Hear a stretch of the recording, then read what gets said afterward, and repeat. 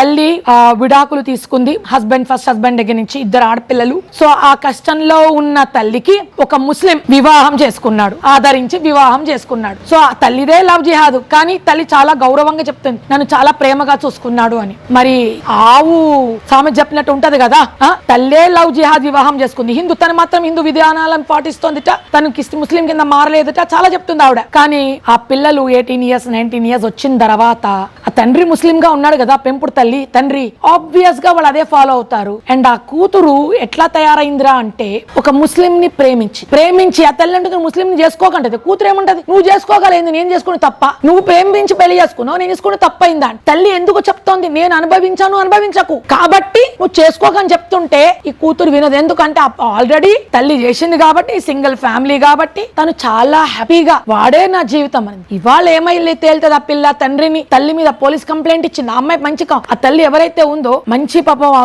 అంటే సమాజ సేవకురాలు, ఒక మంచి పొలిటికల్ పార్టీలో తిరిగితే మంచి ఎక్స్పోజర్ ఉంది, ఉమెన్ కౌన్సిలర్, ఇన్ని ఉన్నాయి ఆవిడకి. ఇన్ని ఉన్నా కూడా అట్లాంటి తల్లి యొక్క కూతురు పరిస్థితి కూడా ఎట్లా అయిపోయిందంటే మోసగింపబడింది.